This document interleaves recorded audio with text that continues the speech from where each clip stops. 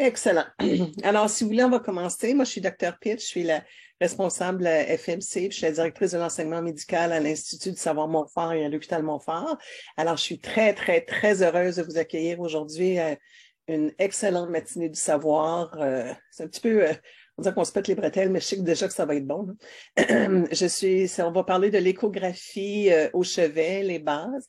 Alors, c'est mon plaisir de vous présenter Dr. Etum Mizi. Oh, je t'ai dit que c'est pour le manquer, là. Mizirilian, qui est qui est un de nos anciens résidents de médecine familiale, nous à Montfort. Alors, ça nous touche encore beaucoup plus. C'est un gradué de l'Université de Montréal. Il a un background en recherche en immunologie à l'Université de McGill. Il a fait, comme je vous dis, sa résidence en médecine familiale à Montfort et sa résidence en médecine d'urgence à l'hôpital d'Ottawa. Il a aussi un fellow en échographie ciblée en soins aigus de l'hôpital d'Ottawa. Il est maintenant urgentologue à Montfort et aussi à l'Institut de cardiologie de Montréal. Il est directeur du cours de Echo Guided Life Support et il est un instructeur pour une variété de cours en échographie ciblée. Alors, c'est vraiment un expert local que nous avons. Alors, c'est mon honneur de vous le présenter pour qu'il puisse nous parler de l'échographie au chevet. Juste avant que tu commences, les questions, je ne sais pas si tu veux qu'on les pose au fur et à mesure ou juste dans le chat. Moi, je vais le vérifier. Les deux, ça me va. J'arrive à voir, en fait, j'ai une disposition d'écran où je peux voir le chat, Okay. mais n'hésitez pas à ou bien les mettre sur le chat ou bien, je pense qu'il y a une façon de lever la main. Je vais voir les deux. Donc, vous pouvez le faire au fur et à mesure ou attendre à la toute fin. Ça m'est égal. OK, parfait. Alors, Etum, je te donne la parole. Super. Ben, merci beaucoup, Dr. Pitre. C'est très gentil de m'avoir invité. Moi aussi, c'est bien plaisant de pouvoir revenir cette fois comme présentateur au Matinées du Savoir. Alors, merci à tout le monde, à tous et toutes de vous être inscrits et inscrites et de venir ce matin alors que le soleil n'est pas encore totalement levé, on va dire. Donc, c'est mon plaisir aujourd'hui de vous présenter une sorte d'introduction à l'échographie au chevet. Donc, moi, je l'ai appelé l'échographie au chevet, les bases. Et vraiment, en parlant avec des collègues, je me suis dit, est-ce que c'est vraiment le meilleur titre? J'ai pensé vraiment à plusieurs choses et il y avait aussi ce titre que je me suis dit, l'échographie au chevet, sans que vous ayez besoin vraiment de comprendre l'effet piézoélectrique. Il y a beaucoup de personnes qui ont probablement des points d'interrogation dans les yeux. Piézoélectrique, ça mange quoi en hiver? Vous inquiétez pas, on va pas parler vraiment de physique tant que ça aujourd'hui. Vous n'allez pas être perdu. Agrippez votre boisson de préférence, que ce soit café, thé ou quoi que ce soit, puis on va passer au travers tout ça ensemble. Donc, d'une première part, moi, je voulais qu'on passe, bien entendu, un petit peu à travers l'histoire et l'évolution de cette technologie, l'échographie au chevet. On va parler brièvement, et j'insiste sur le brièvement, sur les principes de base de l'échographie, pour ensuite discuter des principales indications et les limitations de l'échographie au chevet. Mais surtout, je vais être surtout content si vous quittez aujourd'hui en comprenant l'importance de cette technologie pour la vaste majorité des spécialités en médecine, que ce soit médicale, chirurgicale. Les seules spécialités pour lesquelles je n'ai pas trop trouvé d'utilité, c'est en psychiatrie et en pathologie, vous m'excuserez. Donc, comme Dr. Pitre l'a dit, je dois bien discuter un peu de mes conflits d'intérêts. Donc, depuis maintenant 1 an et demi, je suis directeur pour un cours et je suis consultant aussi pour le contenu d'un cours où on utilise l'échographie au chevet dans des situations de choc non différenciées et ça s'appelle le EGLS, Echo Guided Life Support. Je suis aussi instructeur pour un cours de procédure éco-guidée qui s'appelle Red Sono Guide. Donc, d'une certaine façon, ça, c'est mes conflits c'est mes conflits d'intérêt, mais d'une certaine façon, j'ai un petit biais pour l'enseignement, pour l'échographie en situation de réanimation et pour les procédures éco-guidées. C'est les sujets que j'aime le plus. Donc, pour commencer, ceux qui ont déjà fait de l'échographie au chevet et certains chevronnés l'utilise un petit peu partout. Je voulais commencer avec un petit peu une situation que vous reconnaîtrez fort probablement quand la première fois, très souvent, que vous posez une sonde d'échographie sur un homme, la grande majorité du temps, ils vont avoir la blague bien drôle. Est-ce que c'est un garçon ou une fille dans mon ventre, docteur? Et très souvent, il faut que je retienne un petit peu ma réaction. Donc, vous voyez ici cette personne qui fait une échographie sur un homme qui dit « Is it a boy or a girl? » Donc, ça arrive tellement souvent que si je recevais $1 à chaque fois, je pourrais m'acheter probablement des Mr. Puffs, quelque chose comme ça. Allez. Donc, on passe à travers l'histoire très brièvement des machines et de l'échographie. Pourquoi est-ce que je vous mets une image du Titanic, d'après vous? Ben, en fait, avec la tragédie du Titanic et puis le début de la Première Guerre mondiale, c'est là que, bien qu'on comprenait comment les ondes d'échographie d'ultrasons fonctionnaient en théorie, c'est là qu'on s'est vraiment intéressé à les exploiter à des fins technologiques, hein. Donc, on s'est dit, est-ce qu'on pourrait vraiment utiliser quelque chose pour que, en étant dans l'eau, on puisse naviguer et éviter des ennemis, voire des icebergs? Et c'est là que la technologie de sonar a été développée, hein? Donc, Sound, Navigation, Guidance and Ranging. Donc, SONAR. C'est comme ça vraiment que les gens ont exploité les ondes d'écho à leur avantage. Mais c'est vraiment plus autour des années 1900 qu'il y a des médecins vraiment qui se sont intéressés à utiliser ces ondes d'échographie ou d'ultrasons à des fins médicales. Donc, en fait, c'est un neurologue autrichien qui a essayé de développer pour la première fois une façon d'exploiter les ondes d'ultrasons pour regarder dans le corps humain. Et son but, en fait, à lui, c'était d'essayer de voir l'intérieur du crâne pour essayer de visualiser les ventricules cérébraux et certains types de tumeurs cérébrales. Et la façon dont il avait appelé ça, en fait, premièrement, c'est d'appeler ça l'hyperphonogramme. Et les premières images qu'il pouvait obtenir ressemblaient un tout petit peu à ça. Il y a peut-être certains et certaines d'entre vous qui se disent, ben, c'est pas très différent vraiment des images que je génère. Quand vous savez pas comment l'utiliser la machine, c'est vrai, ça peut ressembler un petit peu à ça. Mais ça, c'est le genre de première image que les gens pouvaient obtenir avec cet hyperphonogramme. Quelques années plus tard, il y a d'autres médecins qui ont développé encore cette technologie que vous remarquez encore assez encombrante. Ils l'ont appelé le somascope ou bien le pan scanner. Et vous remarquez que pour utiliser cette technologie, il faut avoir un maillot de bain très souvent, hein, parce que la personne, en fait, elle est plongée. Oups, je vais sortir le laser ici. Voilà, donc comme vous voyez, elle est plongée dans un petit bassin d'eau qui était nécessaire, en fait, pour pouvoir utiliser cette technologie. Parce qu'entre autres, on savait déjà que les ondes de son, surtout d'ultrasons, se propagent beaucoup mieux dans l'eau qu'elles ne se propagent dans l'air ou dans d'autres médiums. Donc, vous voyez, comme c'est pas archi pratique ni plaisant nécessairement de se plonger dans un bac rempli d'eau pour devoir faire cet examen. Par après, en fait, une des compagnies qui est assez pionnière dans le milieu, Siemens, a commencé à développer vraiment des machines un petit peu plus compactes. Mais ça, c'était vraiment le type de machine qui a révolutionné le domaine de l'échographie. Entre autres, ce genre de machine avec un bras qui vient s'apposer contre les personnes. Mais la particularité, surtout, c'est que ça pouvait donner des images en temps réel. Donc, quand les gens utilisaient cette machine, pouvaient interpréter en temps réel ce qu'ils étaient en train d'interroger. La chose aussi que je voulais que vous remarquiez, c'est regardez ce que la personne tient dans ses mains, hein. Bien que ça date de 1965, il y a certaines choses qui ne changent pas vraiment, hein. Les bouteilles de gel, c'est pas mal la même chose en ce moment. Fait qu'il y a des designs, quand ils sont appréciés, ils restent pas mal les mêmes. Donc ça, c'est une bouteille pas qui remonte de 1960, mais d'il y a peut-être 1 ou 2 semaines de l'urgence. OK? Je retire le laser. Donc, c'est vraiment à partir de ce moment-là où les machines étaient capables de montrer des images en temps réel, à 15 images à la seconde tout de même. C'est là que les différentes spécialités ont commencé à l'intégrer de plus en plus dans leur pratique. Entre autres, en obstétrique, en cardiologie, puis en radiologie, c'est vraiment les spécialités pour lesquelles cette technologie a été incorporée dans leur pratique de tous les jours. Par après, bon, encore une fois, cette machine elle est assez encombrante, ben, ça s'est révolutionné et raffiné et rapetissé les machines pour donner des choses assez futuristes avec des publicités comme ça où on s'en va, on envoie des machines dans l'espace et c'est très années 80-90. Donc, les machines deviennent de plus en plus compactes. On peut pousser la machine vers les patients graduellement. On peut le déplacer même d'une salle à l'autre. Elles deviennent de plus en plus petites et portatives, au point où même on a été capable d'amener des machines d'ultrasons, d'échographie. Ça ici, c'est au Base Camp de l'Everest, où les gens ont pu en fait utiliser cette machine pour évaluer les effets des altitudes extrêmes au niveau du cœur et des poumons. Donc, c'est assez génial. Encore une fois, c'est encore Siemens qui faisait des choses assez fantastiques et était capable de rendre les machines de plus en plus petites et portatives. On voit le format un petit peu comme un téléphone.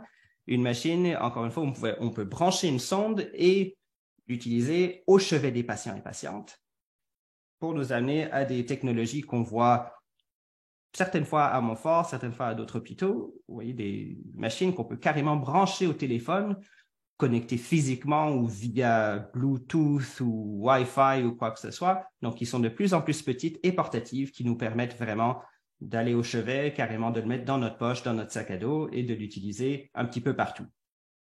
Au point où c'est devenu tellement pratique et cool qu'on a des publicités un petit peu comme ça qui rendent l'ultrason de plus en plus attrayante pour un petit peu tout le monde.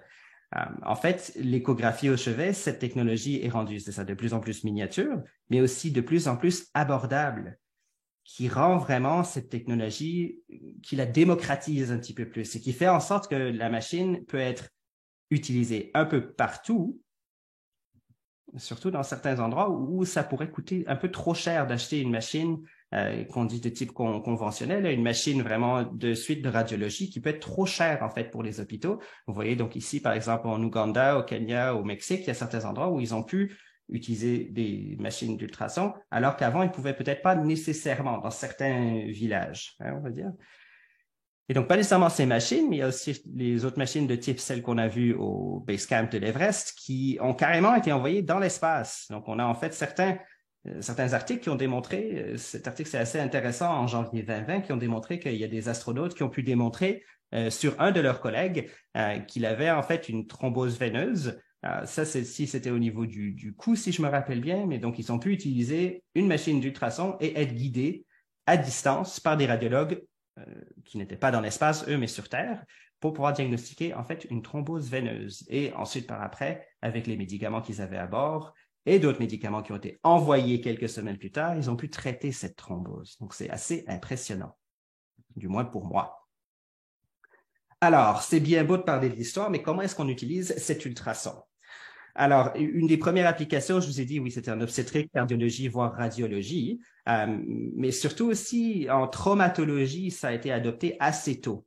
Parfois, on n'a vraiment pas nécessairement besoin d'une machine d'échographie pour se dire, ben, il y aura des dommages à l'intérieur du corps, c'est pas mal certain, mais c'est pas tout le temps archi évident qu'il y aura un traumatisme intra-abdominal ou intrathoracique ou quoi que ce soit.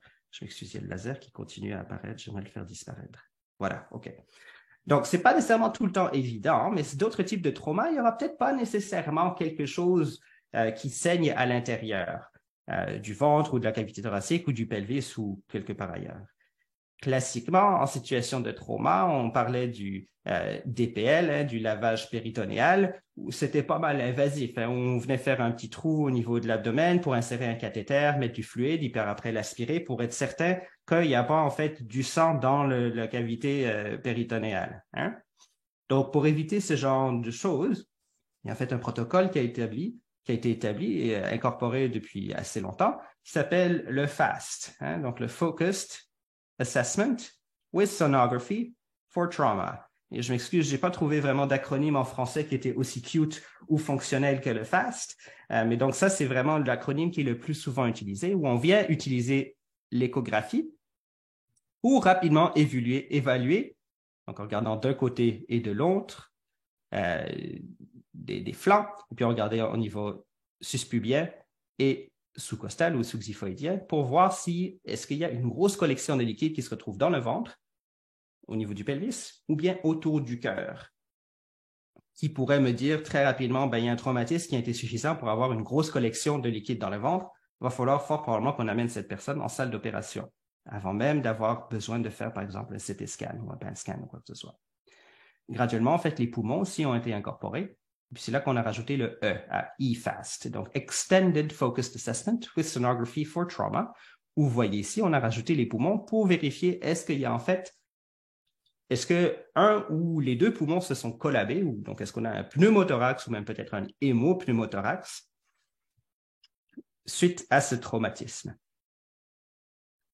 Ça a été tellement bien adopté et accepté parmi les traumatologues et puis les urgentologues que depuis la fin des années 1990, ça a été incorporé en fait dans le Advanced Trauma Life Support. Okay? Donc, ça a été rajouté vraiment dans l'espèce d'approche aux patients traumatisés, voire polytraumatisés. J'ai parlé là vraiment un petit peu de, bon, avec l'avènement de l'échographie qui donne des images en temps réel, ça a été incorporé de plus en plus dans différentes pratiques. Au point où vous voyez vraiment, bon, en cardiologie, obstétrique, médecine d'urgence, vraiment dans la grande majorité des spécialités, les gens ont essayé d'incorporer l'échographie au chevet dans leur pratique. Et on vous montre un petit peu ici une image, d'ailleurs, qui vient d'un ouvrage d'échographie au chevet. Pour les références, d'ailleurs, vous pourrez m'écrire à la toute fin, je pourrais vous donner les références. Mais pour clarifier vraiment les slides, je les incorpore pas ici.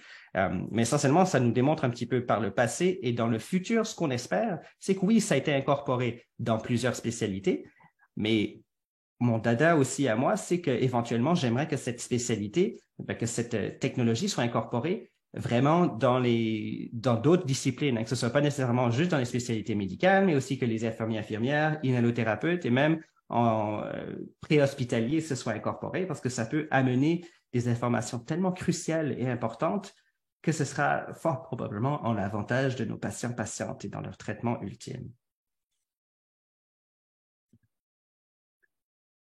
Je vais juste regarder le chat vite fait, être certain qu'il n'y a pas de questions. Je ne vois rien pour l'instant. On va continuer.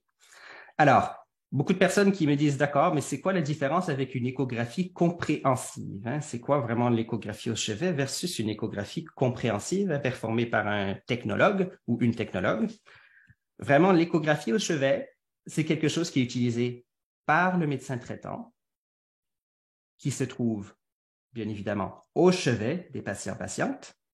Et la plupart du temps, versus une échographie dite conventionnelle ou compréhensive, ça se limite très souvent à un ou à quelques organes. Donc, plutôt qu'une région, hein, plutôt que de dire on fait une échographie abdominale, on fait une échographie des tissus mous du cou, très souvent, les gens vont se poser une seule question ou très peu de questions par rapport à un ou des organes. Et la grande majorité du temps, au début, quand les gens apprennent à utiliser cette technologie, ils vont se poser des questions dichotomiques, donc ils se répondent par oui ou par non. Et c'est des questions qui devraient être très précises aussi. La grande majorité du temps, les gens vont utiliser cette technologie dans des situations aiguës, voire hyper aiguës, entre autres en urgence, comme je vous ai dit, en trauma, par exemple. La grande particularité aussi de ce cool dude qui va utiliser l'échographie au chevet, c'est que cette personne doit être capable, d'une part, générer des images, être capable ensuite d'interpréter ces résultats et d'accepter que parfois ces images ne seront pas optimales et qu'il va devoir les rejeter, il ou elle, je m'excuse. Et par après, cette personne qui génère et interprète les résultats doit être capable de l'intégrer à la clinique pour ultimement prendre une ou des décisions par rapport au traitement ultime de son patient ou sa patiente. Donc, vous vous imaginez bien que cette personne qui utilise l'échographie au chevet doit d'une part avoir une formation adéquate en échographie au chevet, doit être capable de poser des questions bien précises qui sont posées au bon moment, mais surtout, et ça c'est la chose probablement la plus importante, que ces personnes se limitent au seuil de leurs compétences. Vous apprendrez potentiellement à utiliser l'échographie pour certaines applications. Vous serez capable de poser des questions dichotomiques qui se répondent par oui ou par non. Mais comme j'ai dit, il faut être capable de se dire, ce que je vois sur mon écran, c'est de pas assez bonne qualité pour que je puisse émettre une hypothèse, pour que je puisse émettre un diagnostic ou quoi que ce soit. Je ne vais pas accepter ce que j'ai généré. Je ne vais pas l'utiliser à des fins cliniques. Il faut que je rejette ce que j'ai créé. Et il faut se limiter vraiment à ce que les gens ont appris et pas commencer à s'aventurer et à commencer à dire des choses qu'on n'a pas apprises suite aux images qu'on a générées. Donc, peut-être certains d'entre vous vont me dire, OK, d'accord, c'est bien beau d'avoir des formations adéquates, mais comment est-ce que je peux l'obtenir? En fait, depuis déjà plusieurs dizaines d'années, il y a en fait ce médecin qui était dans le militaire, Dr. Ray Weiss, qui a développé un des premiers cours d'échographie au chevet, donc le EDU1, échographie au département d'urgence, qui a développé vraiment une approche très systématique pour évaluer 4 choses bien précises. Encore une fois, qu'on répond par oui ou par non. Est-ce qu'il y a ou non du liquide libre intra-abdominal suite à un trauma, par exemple? en fait, c'est suite au trauma qu'on veut surtout savoir. Est-ce qu'il y a un épanchement péricardique? Donc là, on se retrouve au cadran supérieur droit.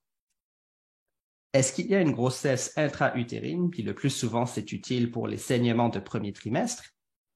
Et est-ce qu'il y a un anévrisme de l'aorte abdominale? Encore une fois, dans une situation hyper aiguë, de voir un anévrisme de l'aorte pourrait nous faire suspecter qu'il y a en fait potentiellement une rupture. On ne voit pas la rupture en tant que telle, mais on peut voir la taille de l'aorte abdominale et dans le bon contexte clinique, encore une fois, on peut s'imaginer que ceci serait responsable de notre situation de choc. Encore une fois, tout ça, c'est des questions qui se répondent. Excuse. Voilà, qui se répondent par oui ou par non. On ne s'aventure pas trop en disant est-ce qu'il y a beaucoup ou pas beaucoup de liquide libre, à quelle date est-ce que cette grossesse elle est. Non, c'est pas du tout ça le but de ce cours, c'est vraiment de répondre par oui ou par non à ces questions pour très souvent agir en conséquence très rapidement. Et donc, je vous ai parlé, là, c'est EDU1. De plus en plus, il y a eu d'autres cours qui sont développés pour poser des questions à propos d'autres systèmes et d'autres organes. On parle de l'EDU1, l'EDU2, même l'EDU3. Il y a graduellement des cours de procédures éco-guidées. Et bref, il a bien fallu qu'il y ait un corps qui s'occupe de régir un petit peu ce qui devrait être permis d'être appris et d'être utilisé au chevet. Donc, on a en fait l'Association canadienne d'échographie au chevet. Donc, pardon, en français, c'est la SCEDU. Donc, Société canadienne d'échographie au département d'urgence, mais bon, ça, c'est vraiment plus pour, comme je dis, pour l'urgence. Mais on sait, comme je vous ai dit, que c'est utilisé pas juste à l'urgence, mais aussi graduellement de plus en plus en bureau, même parfois en domicile pour les soins palliatifs, et puis à l'étage. Donc, cette espèce d'organisme essaye d'aider, de donner des qualifications à certaines personnes et ça suit vraiment des espèces de critères assez rigides pour être capable de générer des images qui sont sécuritaires, de les interpréter adéquatement et puis l'intégrer de façon clinique judicieusement aussi. Ça va pour l'instant? Super, je ne pense pas que je vois de questions. Je regarde le chat encore. Non, je vois juste des présents. Super. OK, petite pause. On parle de beaucoup de termes quand on utilise l'échographie au chevet. J'entends souvent les gens qui utilisent de façon interchangeable plusieurs termes. Entre autres, j'entends l'échographie au chevet, comme moi j'utilise ici, l'échographie ciblée, l'échographie au point d'intervention.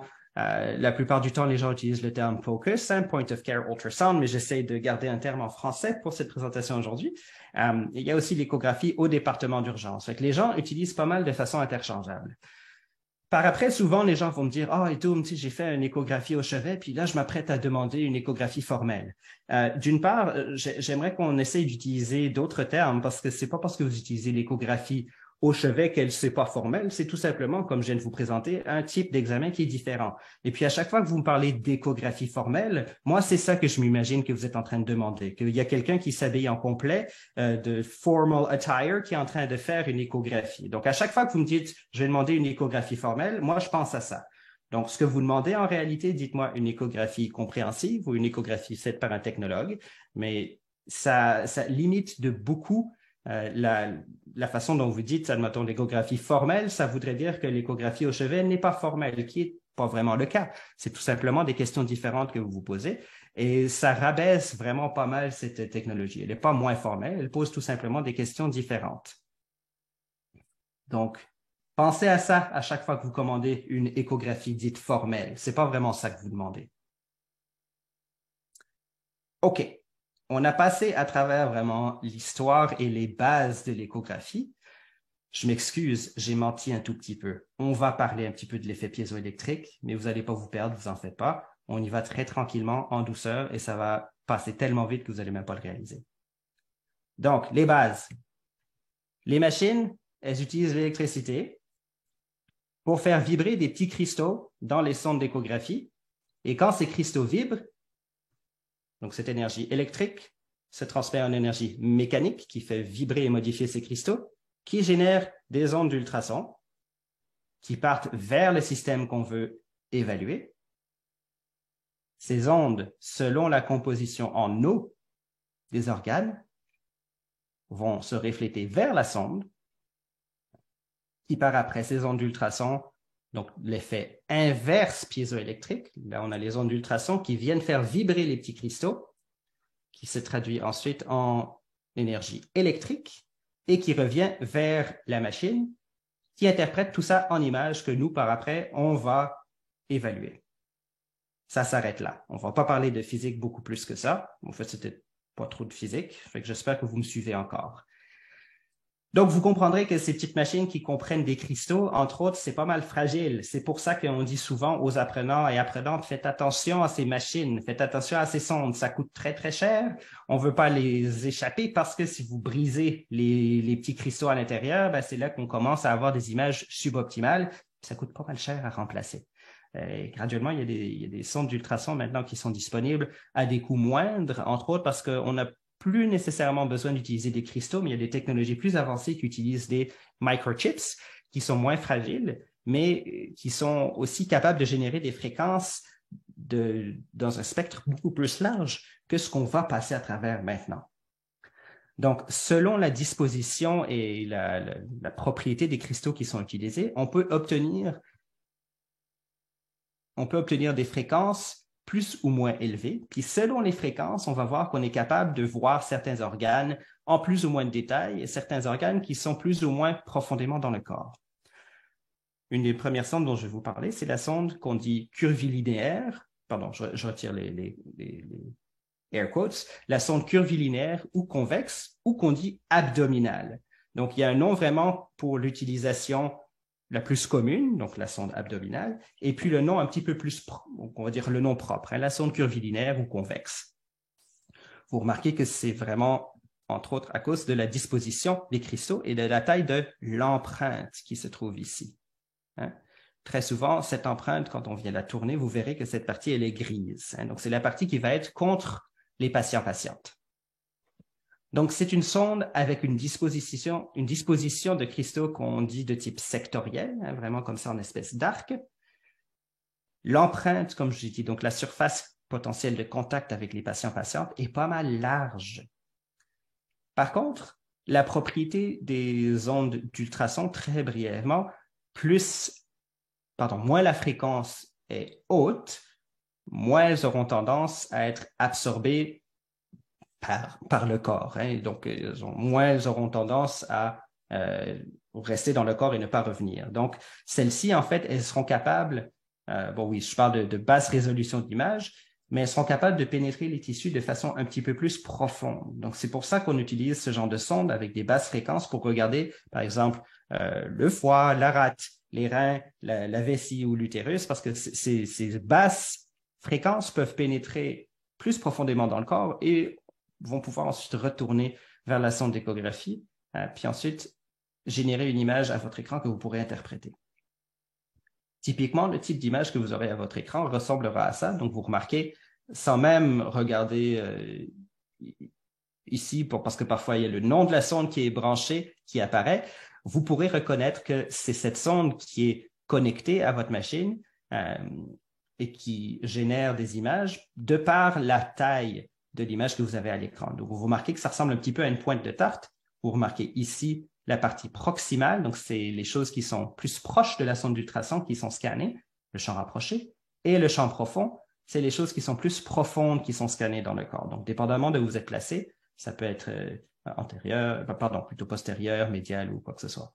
Vous remarquez ici qu'il y a une échelle. Donc, le champ rapproché, ce sera 0. Le champ profond, ce sera 20 cm. Donc, ici, la profondeur maximale dans le corps des choses qu'on est en train de regarder sont à 20 cm. En parallèle, on a une sonde qui s'appelle phasique, qui est encore sectorielle, dite cardiaque, donc pour l'application la plus commune. Celle-ci aussi, donc oui, qui est sectorielle, a une disposition de cristaux aussi qui va donner une image un peu en pointe de tarte et qui distribue vraiment un peu comme un éventail. Celle-ci, comparée à la sonde qu'on a vue un petit peu plus tôt, a une empreinte qui est beaucoup plus petite, comme vous remarquez. Donc, la face qui est ici grisâtre, elle peut se faufiler beaucoup plus facilement entre des côtes, par exemple, ou bien, par exemple, sous-costal, ou bien en dessous, pardon, pas vraiment, mais sous-costal, mais en dessous, vraiment qu'on peut regarder au niveau euh, très proche de l'appendice xiphoïde, qui pourrait par exemple regarder le cœur. Donc l'empreinte est beaucoup plus petite. On peut se faufiler à des endroits que la sonde euh, convexe ou curvilinéaire ne pourrait pas, elle ne pourrait pas aller aussi aisément. Celle-ci aussi a une basse résolution et un pouvoir de pénétration assez haut comme la sonde curvilinéaire. Encore une fois, je ne vais pas en plus de détails que ça, mais ça, c'est vraiment la base que vous devez reconnaître pour ce genre de sonde. Typiquement, on va l'utiliser pour regarder le cœur, mais vous pourriez aussi interroger le même genre d'organe que vous feriez avec la sonde convexe ou bien curvilinéaire. Donc, on pourrait tout aussi bien regarder au niveau des poumons, par exemple, pour un épanchement pulmonaire, on pourrait regarder les reins, la rate, le foie, la vessie, l'utérus, parce qu'il y a aussi un bon pouvoir de pénétration. Donc, comparé à l'image qu'on avait un petit peu plus tôt, vous remarquez, c'est le même genre d'image en pointe de tarte, avec par contre la partie la plus proximale, la plus proche de la sonde, qui est assez petite, hein, qui reflète aussi la taille de l'empreinte. Donc là, encore une fois, même si je ne regarde pas de côté en voyant cardiaque, je sais que la sonde phasique est connectée à mon appareil et c'est celle-ci qui me donne des images. Par après, là, c'est la première sonde de type haute fréquence que je vous montre. Vous voyez ici, bon, ça, c'est moi qui les ai rajoutées. C'est des fréquences qui sont plus hautes. Donc, celle-ci, c'est la sonde linéaire ou dite vasculaire pour son application la plus courante ou la plus commune. Celle-ci, par contre, a un arrangement de cristaux de façon un petit peu plus parallèle. Hein. Donc, plutôt que les deux autres sondes que je vous montrais qui ont une disposition de cristaux un peu plus en éventail, qui généreront des ondes d'ultrasons en éventail, celle-ci, c'est beaucoup plus des rayons parallèles qui vont être générés. C'est une sonde qui est à haute résolution.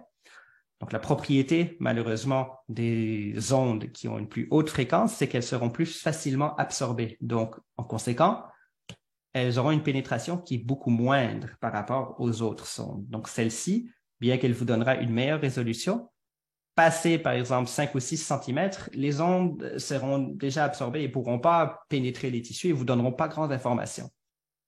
C'est pour ça qu'entre autres, on l'utilise beaucoup plus pour les structures superficielles qu'on verra en plus de détails. Donc, par exemple, les vaisseaux sanguins, les nerfs, on l'utilise pour les tissus sous-cutanés, pour évaluer par exemple pour des abcès et compagnie. Et donc, ce genre de sonde générera un genre d'image comme ceci. Hein. Donc, vous voyez un petit peu plus carré, voire rectangulaire, en fonction de la profondeur que vous décidez d'utiliser. Ça va pour l'instant, j'espère que je ne vous ai pas trop perdu. En gros, ce qu'on veut retenir, c'est plus la fréquence que vous utilisez avec votre sonde est élevée, meilleure sera la résolution, mais en conséquent, vous ne serez pas capable d'aller en autant de profondeur. Si votre question, par contre, c'est de pouvoir aller un petit peu plus en profondeur, on utilisera des fréquences qui sont plus basses, qui vous donnera une résolution moindre par rapport à aux fréquences élevées, mais on sera capable d'aller un petit peu plus en profondeur. Okay? Donc, une relation un petit peu inversement proportionnelle entre la fréquence et la profondeur qui peut être atteinte, mais pas mal directement proportionnelle entre la fréquence et la résolution. Maintenant, on a parlé, un petit peu de la base pour les fréquences et compagnie.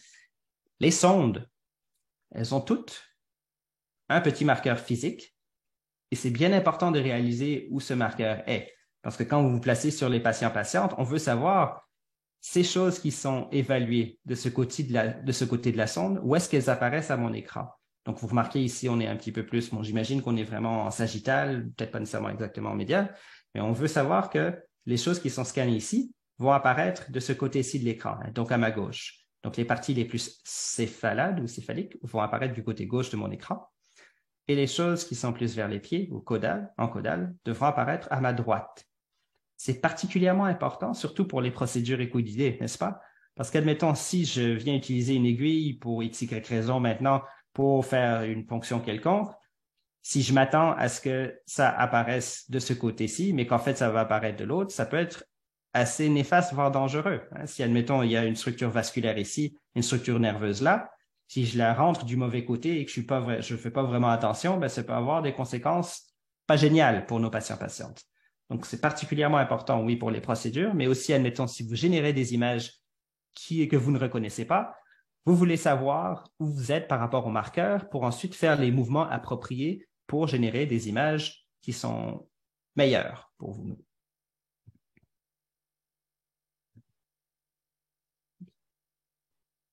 Donc, je vous ai dit que propriétés des ondes d'échographie font en sorte qu'elles sont beaucoup plus capables de passer à travers les médiums riches en eau ou en liquide qu'elles le sont pour les organes qui sont moins riches en liquide. Donc, vous remarquez que là, en ce moment, bon, c'est une image un petit peu qui a l'air de statique à la gauche de mon écran, mais encore une fois, pour rendre quelque chose de compliqué un petit peu moins compliqué, les ondes d'ultrasons, la façon dont elles sont reflétées à l'écran et vont donner des différentes tons de gris, ça va être relatif à la densité en eau des organes, mais surtout la différence en densité en eau. C'est ce qui fera en sorte que les choses apparaîtront plus ou moins noires ou plus ou moins blancs. Okay? Donc, on parle de l'écogénicité. Les structures qui sont riches en fluides, par exemple les vaisseaux sanguins ou bien du sang qui n'est pas contenu, donc du liquide lait, par exemple, ou bien du liquide dans la vésicule biliaire, de l'urine, comme de l'humeur aqueuse, l'humeur vitrée et compagnie, tout ça, ça devrait avoir une apparence plutôt noirâtre, parce que ça ne génère pas vraiment d'ondes d'écho, en principe. Les ondes d'ultrasons peuvent passer à travers et vont être minimalement reflétées vers la sonde. Donc, c'est ce qui donne une image noirâtre par rapport au tissu avoisinant. Donc, ce qu'on appelle une apparence anéchogène. Okay? En parallèle, quelque chose qui est un petit peu moins riche en eau, par exemple le tissu adipeux, donnera une apparence un petit peu plus grisâtre par rapport au fluide ou au sang. Donc ça, c'est ce qu'on appelle une apparence un petit peu plus hypoéchogène. Encore, on grimpe dans la raréfaction d'eau dans ce tissu. Si on parle par exemple, tissus sous-cutanés, les muscles et compagnie, celles-ci auront une apparence un petit peu plus isoéchogène. Donc, elles ressembleront un petit peu plus au tissu avoisinant. Donc, le gris se mélange un petit peu au gris. Et en parallèle, alors qu'on a vraiment très peu de liquide, voire pas du tout de liquide, ça, ce serait les eaux, l'air et le métal. L'air est vraiment un petit peu une catégorie à part, je vous dirais. Celles-ci, au contraire, elles sont très échogènes et elles sont capables de refléter les ondes d'ultrasons presque en totalité. Ce ne sera jamais en totalité, mais en presque totalité. Celles-ci, elles sont beaucoup plus hyperéchogènes. Donc, vous voyez que ça donne une espèce de spectre de teinte de gris, variant du noir très foncé au blanc très blanc. Et essentiellement, lorsque vous utilisez l'ultrason, idéalement, ce que moi je vous recommande de faire, c'est de faire en sorte que les structures qui sont riches en fluide, que ce soit par exemple les cavités intracardiaques, que ce soit les vaisseaux sanguins, que ce soit l'urine dans la vessie, j'aimerais que ceci soit le plus noir possible sans que les structures avoisinantes soient trop faiblement représentées. Si tout est trop peu clair ou trop clair, au contraire, ça ne vous aidera pas non plus à interpréter ce que vous voulez vraiment voir dans le corps. Bref, donc comme vous voyez, la différence en densité ou en composition en eau, c'est vraiment ça qui est important et qui fera en sorte que par après, vous pourrez générer des images comme celle-ci, par exemple d'un rein, et avec, en plan rapproché, vous voyez une partie du foie, ça c'est l'espace de Morrison, où il pourrait potentiellement avoir du liquide dans une situation de trauma. En plan un petit peu plus profond, on voit les reins et vous voyez que selon la composition en eau, par exemple dans à l'intérieur du pelvis rénal, on peut voir que ça a une apparence plus ou moins grise ou noire. La plupart des machines d'ultrasons, et là je vais vous montrer des images des anciennes machines qu'on avait, elles ont énormément de boutons. Mais si vous êtes sur le point d'utiliser la machine, il n'y a pas besoin nécessairement de savoir comment utiliser tous ces boutons-là. Très souvent, dans les premiers cours d'ultrason, vous avez besoin vraiment de savoir deux choses. Comment utiliser le gain, qui ne change pas la qualité de l'image que vous générez, mais qui va vraiment changer plutôt l'aspect brillant de votre image. Donc, ça va devenir plus foncé ou plus clair, mais ça ne va pas rendre la qualité ou la précision de votre image meilleure. Et l'autre chose que vous devez savoir utiliser, c'est la profondeur. Vraiment, si vous êtes capable d'utiliser ça de façon adéquate, c'est la base. Par après, il y a tout plein d'autres boutons, mais vous n'avez pas nécessairement besoin de savoir comment les utiliser. Je vous montre maintenant, parce que ça, c'est des machines que en principe, on n'a plus à l'urgence, ou pardon, pas à l'urgence, mais sur les étages aussi, parce que maintenant, on a été remplacé par des machines bien plus, on va dire, avancées, plus intéressantes avec des fonctions tactiles et compagnie. Vous voyez qu'ici, ben, c'est la même chose. Si vous êtes capable d'utiliser ces mêmes configurations, ces mêmes settings, donc là, on a le gain à gauche avec une molette carrément, et il y a même un bouton au milieu qui le fait automatiquement pour nous. Et donc, si vous êtes capable d'utiliser ça et la profondeur qui est juste à côté avec une flèche qui l'augmente ou la diminue, c'est la base. Donc, vraiment, si vous êtes capable d'utiliser ça après vos premiers cours d'utilisation de l'échographie au chevet, c'est déjà très bien. OK. On a passé à travers vraiment plus la base des échographies, la base à propos des machines. Vient maintenant une question que les gens se posent très souvent, c'est bien beau que les gens apprennent comment utiliser l'échographie et même très tôt dans leur cursus médical, mais pourquoi est-ce que j'aurais besoin d'utiliser l'échographie au chevet, hein? Pourquoi est-ce que j'ai besoin nécessairement d'apprendre comment utiliser ça?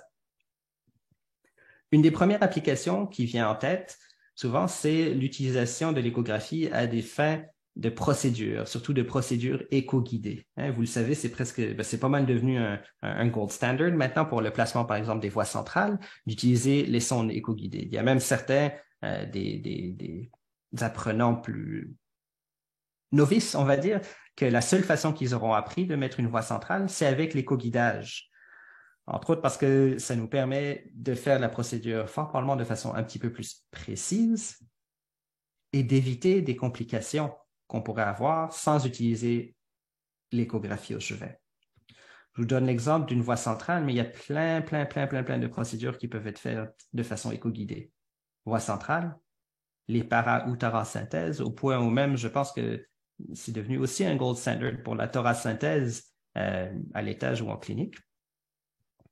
Péricardiosynthèse éco-guidée, et puis un de mes dada aussi, les blocs nerveux éco-guidés.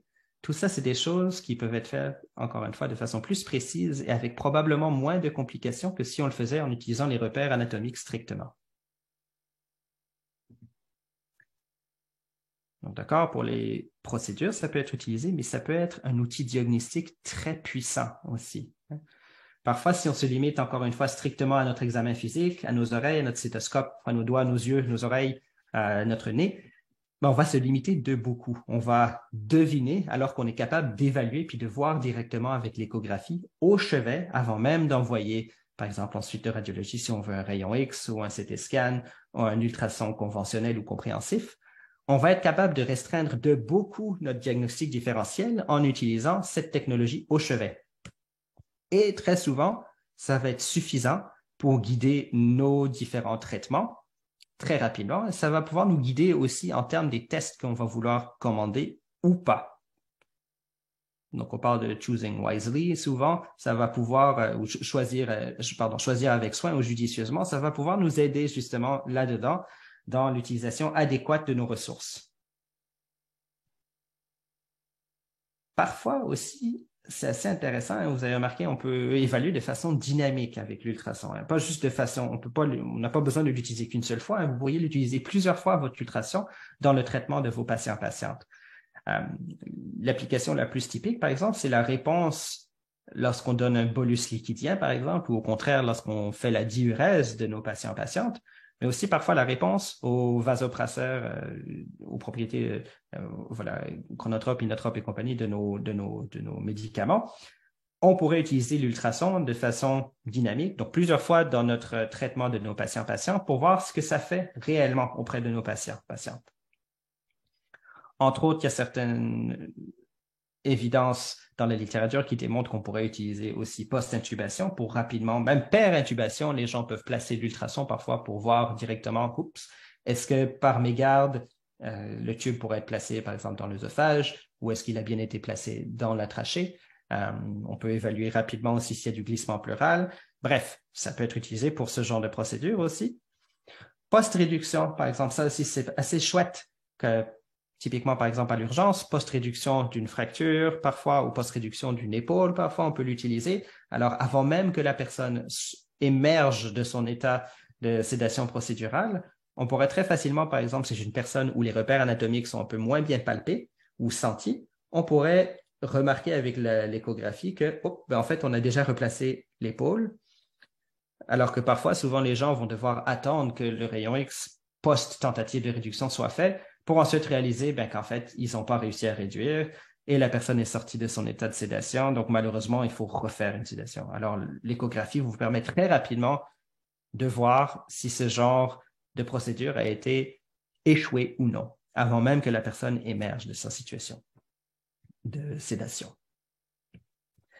Il y a même de l'évidence per code, où là, je vous donne en fait une image qui vient d'un consortium qui s'appelle The POCUS Atlas, qui partage des images qu'on dit de type FOAMED, Free Open Access Medical Education, donc l'accès médical gratuit et libre d'utilisation. Ça montre en fait l'utilisation de l'échographie per code. Et l'endroit où on est placé vraiment parasternal gauche pour cette personne-ci. On voit en fait le ventricule gauche, ventricule droit, l'oreillette gauche et l'aorte. Et donc, si on s'imagine qu'on a un petit globule rouge qui passe de l'oreillette gauche dans le ventricule, qui passe dans la racine aortique et dans le reste du corps, on voit qu'avec les compressions, on est capable de bien écraser le ventricule. Donc, oui, on pourrait potentiellement l'utiliser per code pour estimer si les compressions sont bien faites. Mais on peut évaluer aussi d'autres causes d'arrêt. Est-ce qu'il y a potentiellement un pneumothorax? Est-ce qu'il y a du liquide autour du corps qui causerait une physiologie de tamponade? Est-ce qu'il y a des changements, et là je mettrais avec un bémol, est-ce qu'il y a des changements à l'échographie qui me feraient suspecter une embolie pulmonaire massive? Donc, beaucoup des T dans nos H et T de la CLS pourraient être évalués et suggérés par des changements échographiques. Ça peut être utilisé aussi comme outil de prognostic. Si, par exemple, dans notre Pulse and Rhythm Check, on réalise qu'en fait, le cœur, on a le moniteur de l'ECG, mais si on regarde puis on voit que le cœur, il n'y a absolument aucune activité cardiaque, ou au contraire, il y a une activité qui semble être vigoureuse, mais on ne sent pas de pouls, ça peut diriger nos soins d'un bord comme de l'autre de façon assez différente. Et il y a en fait même de l'évidence pour l'utilisation de l'échographie transœsophagienne per code pour évaluer, oui, le cœur, mais on pourrait regarder l'aorte pour voir s'il y a potentiellement une évidence de dissection. On peut regarder les poumons, on peut regarder la veine cave. Bref, il n'y a pas encore de littérature assez solide, mais ça pourrait être assez intéressant. Il y a beaucoup de recherches qui se font en ce moment sur l'utilisation de l'échographie transœsophagienne per ressuscitation. Alors, je vous présente une dernière utilisation potentielle de l'échographie au chevet pour laquelle je mettrais vraiment beaucoup d'hésitation à l'utiliser, c'est le dépistage. Ça pourrait être potentiellement intéressant, il y a de la littérature là-dessus, par exemple le dépistage sur la fraction d'éjection du ventricule gauche ou bien potentiellement sur un anévrisme, le développement d'un anévrisme de l'aorte abdominale chez les personnes fumeurs-fumeuses. Ça pourrait être intéressant, mais encore une fois, si les personnes ne sont pas bien formées, les faux positifs et les tests qui en découleraient peuvent générer des coûts assez importants, alors qu'en fait, c'est des tests qui auraient jamais été nécessaires. Donc, je mettrais potentiellement que ça pourrait être intéressant comme outil de dépistage, mais je suis pas encore convaincu à cause des faux positifs et des tests qui pourraient être commandés de façon erronée, malheureusement. J'ai montré toutes ces utilisations. Je vais vous montrer qu'en fait, comme j'ai dit tout à l'heure, dans la vaste majorité des spécialités en médecine, on peut trouver une utilisation de l'échographie au chevet. Donc, cet article qui est assez génial de Moore et puis Coppel vous montre vraiment dans toutes les spécialités, encore comme je vous dis, psychiatrie et pathologie. J'ai pas encore trouvé d'utilisation de l'échographie, mais ça démontre vraiment comment l'écho au chevet pourrait être utilisé en leur avantage dans le traitement des patients-patientes. Je vais passer très brièvement à travers certaines applications pour certaines spécialités. Par exemple, en anesthésie, on l'utilise beaucoup dans l'anesthésie loco-régionale. Entre autres, ici, je vous montre un bloc du fascia iliaca qui est très souvent utilisé en pré-op, par exemple pour une fracture de hanche, où on voit ici qu'on injecte un agent d'analgésie, par exemple, ça pourrait être la bupivacaine ou l'idocaïne en fonction de ce que vous faites. On vient l'injecter pour que ça vienne baigner le nerf fémoral et puis d'autres petites branches nerveuses aussi, pour que admettons pour les patients qui sont à l'urgence, par exemple, si on utilise ça pour leur procurer un soulagement de leur douleur, pour qu'ils puissent passer la nuit, par exemple, et ensuite voir les spécialistes le lendemain sans trop souffrir pendant la nuit. Une autre utilisation en anesthésie, par exemple, ce serait le placement de certaines voies, entre autres à l'urgence, encore une fois, chez nos patients qui sont peut-être parfois utilisateurs de substances intraveineuses. Ça peut être assez difficile avec des veines qui sont sclérosées, des veines qui sont toutes petites. Parfois, par écoguidance, au moins, on peut trouver certains vaisseaux sanguins. Et la chose qu'on voit ici, c'est, on peut voir le vaisseau sanguin en son long et de façon dynamique, on peut voir la cannulation de ce vaisseau en temps réel. Donc, on peut vraiment s'assurer et être certain qu'on se place dans un vaisseau sanguin. Parfois, pour des vaisseaux qui sont un petit peu moins, des vaisseaux qui ne sont pas qui ne sont pas sentis en superficie, on peut utiliser cette technologie. J'ai parlé déjà aux soins intensifs, il y a tout plein d'applications, entre autres les voies centrales. La chose que j'ai oublié de vous dire, c'est assez intéressant. Cette image, je l'ai trouvée en fait dans la littérature aux États-Unis, où ils ont fait en sorte que des inhalothérapeutes ont reçu une formation pour pouvoir placer des cathéters centraux de façon autonome. Donc, je trouvais ça assez intéressant. Et encore une fois, vous voyez ici avec la sonde d'ultrason qui est placée dans une gaine stérile. J'ai parlé d'une situation en trauma. En trauma, c'est beaucoup utilisé aussi. Donc, encore une fois, là, ici, on se situe avec la sonde d'échographie au niveau du flanc à droite. On voit ici, dans le plan rapproché, les choses plus proches de la sonde d'échographie. Donc, ça, c'est vraiment plus le partie proche de l'hypochondre droit, on va dire. Ici, on voit du foie. On voit le rein droit. Ici, donc, on est vraiment en plan profond. En fait, on voit la colonne vertébrale. Ici, on voit le diaphragme. Et vous remarquez qu'ici, il y a du noir. Ça ne devrait pas être là, ici. Dans la bonne situation, admettons un traumatisme pénétrant, ce noir, ça reflèterait probablement beaucoup de sang. Et on voit un autre endroit où il y a beaucoup de noir aussi. Cette partie pointe vers la tête, cette partie pointe par les pieds. Encore une fois, je vous ai montré que la sonde se trouve comme ça, admettons. Ça reflète qu'il y a en fait aussi du liquide dans la cavité thoracique. Donc, il y a probablement un hémothorax aussi. Donc, utilisé depuis au moins les années 90 par les équipes de traumatologie et puis par l'urgence. En chirurgie générale aussi, c'est fort utile. Il y a en fait même déjà un protocole qui est établi à l'urgence de l'hôpital d'Ottawa, pour vous donner un exemple, où en fait, lorsque une cholécystite est suspectée et que l'urgentologue ou l'apprenant a été suffisamment, entraîné, a suffisamment de training pour pouvoir reconnaître ceci, dans une situation adéquate, lorsqu'on suspecte une cholécystite, ils peuvent déjà initier le processus de consulter la chirurgie générale. Bien entendu, une imagerie conventionnelle devra quand même être demandée, mais on peut déjà faire rouler la machine et demander nos consultants. Ici, ce qu'on voit, c'est une vésicule biliaire qui est distendue avec une paroi antérieure qui est épaissie, et on voit une pierre qui bloque vraiment le passage de la bile. Et fort probablement, si on pousse avec la sonde, ce serait douloureux. Donc, un Murphy, mais ici, on appelle un sono-Murphy. En ophtalmologie, ça peut aussi être utilisé. Donc, ici, ce qu'on voit, donc on voit l'œil, le nerf optique, et puis essentiellement, on voit un décollement de la rétine. Vous voyez une petite membrane, une autre petite membrane qui vient s'attacher vraiment au disque optique et puis la partie de l'os serrata ici. Puis on voit même un tout petit peu de liquide, probablement une hémorragie du vitré aussi un peu. Donc ça aussi, ça peut être utilisé dans ce genre de spécialité. En urologie, ici, on peut voir, on est en sagittal avec cette partie qui pointe vers la tête, cette partie qui pointe vers les pieds. Ici, c'était une situation malheureuse où c'était une personne qui s'est présentée à l'urgence après des tentatives répétées d'insertion d'un follet. Vous voyez, malheureusement, on voit le bout du follet. Ici, c'est la vessie. Puis le follet, malheureusement, il a été dilaté dans l'urètre prostatique. On ne voit pas l'espèce de petit ballonnet dans la vessie. Donc, on peut évaluer directement que malheureusement, ce follet, la raison pour laquelle il faisait mal, c'est qu'il était dilaté au mauvais endroit.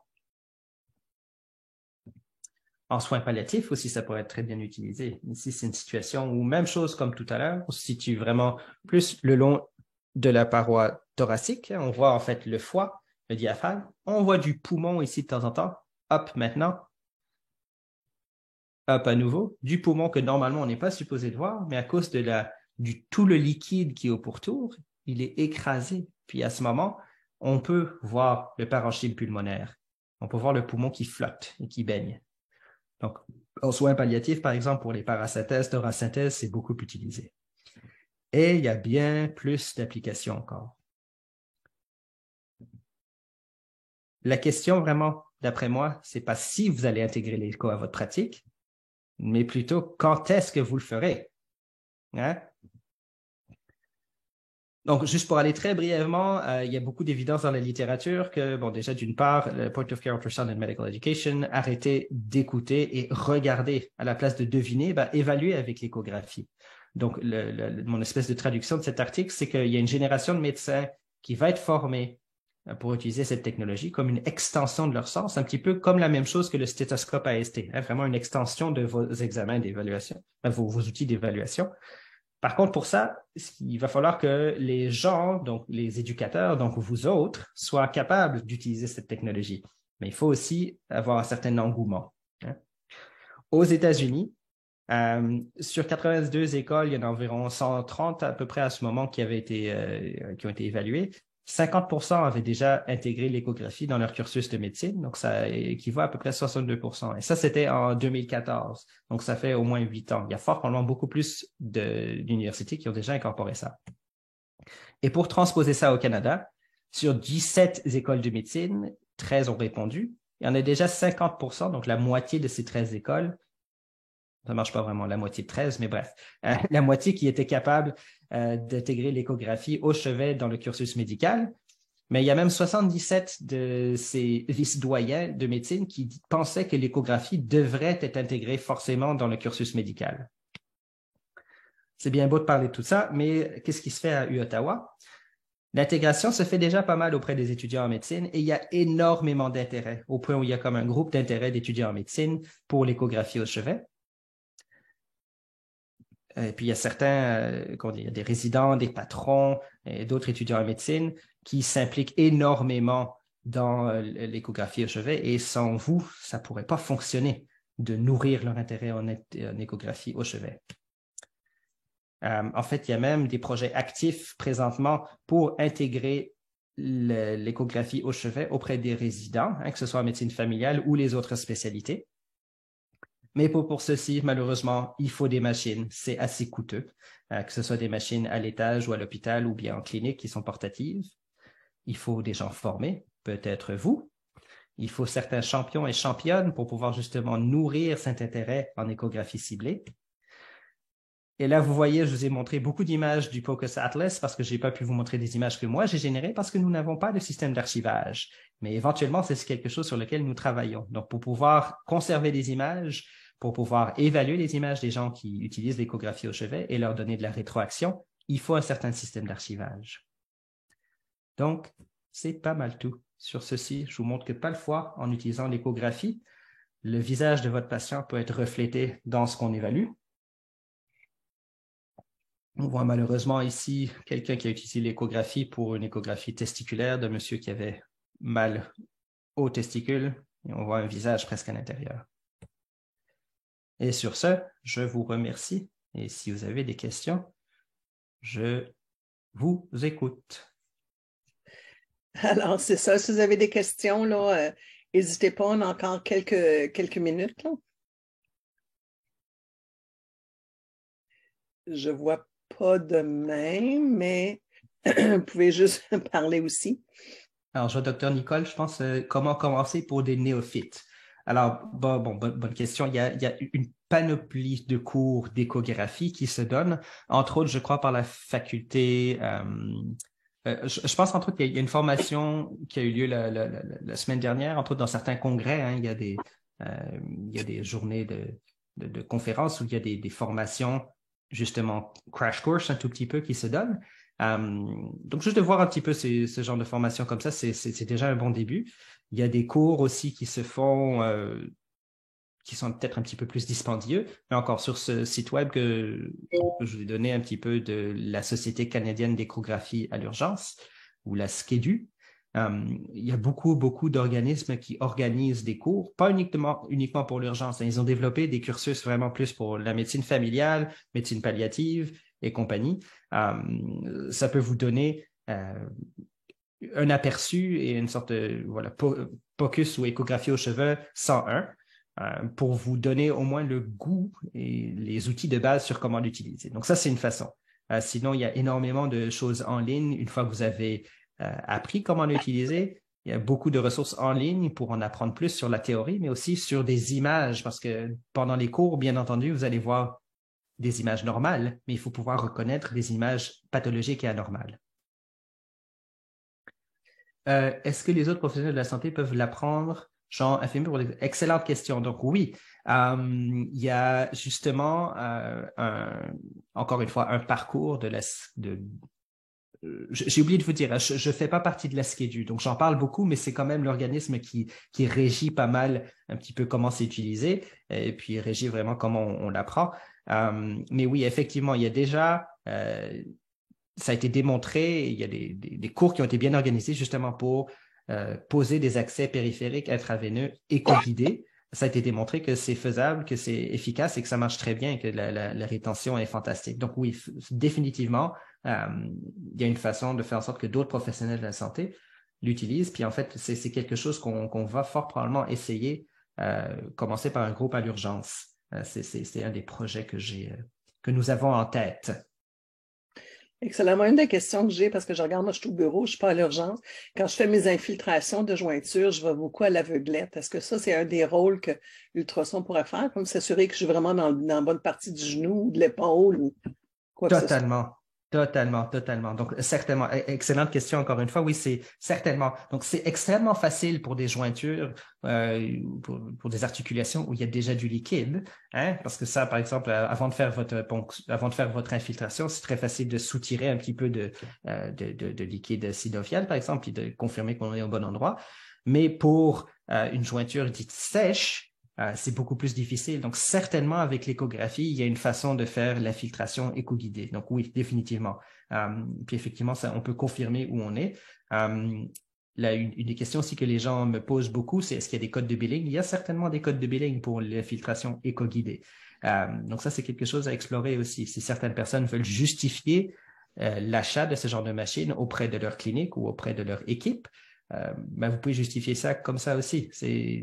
En plus, si vous utilisez l'écho, un autre avantage pour le système d'archivage, c'est quand vous utilisez l'échographie, que ce soit pour une technique ou pour un diagnostic ou quoi que ce soit, il faut laisser une trace quelque part. Donc, médico-légalement, il faut l'utiliser. OK, parfait.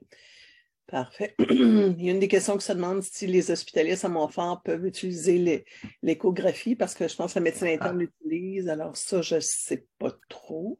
Oui, bonne question. Ça, je ne sais pas si Dr. Lemay est ici, mais entre autres, donc ça, c'est quelque chose sur lequel moi, j'aimerais aussi que l'ultrason se trouve sur certains étages. Mais certainement, c'est quelque chose sur lequel j'aimerais qu'on travaille à l'hôpital Montfort, parce qu'effectivement, si les gens commencent à l'utiliser de plus en plus, il nous faut plus de machines, un petit peu plus partout, parce que c'est pas très pratique de devoir, par exemple, nous, quand on répond au code à l'étage, c'est pas archi pratique de devoir trimballer la machine d'écho de l'urgence tout en haut. Fait que certainement, c'est quelque chose sur lequel j'aimerais qu'on travaille, la disponibilité des machines un petit peu plus répandue à travers l'hôpital. Je vois d'autres choses. Les utilisations pour pneumonie en bureau, œdème pulmonaire. Certainement. Ben oui, ça, entre autres, si vous regardez un petit peu les tracks de médecine familiale de la SCEDU, certainement, ça, c'est des choses pour lesquelles on pourrait l'utiliser. Pneumonie, je vous dirais, c'est fort probablement utilisable.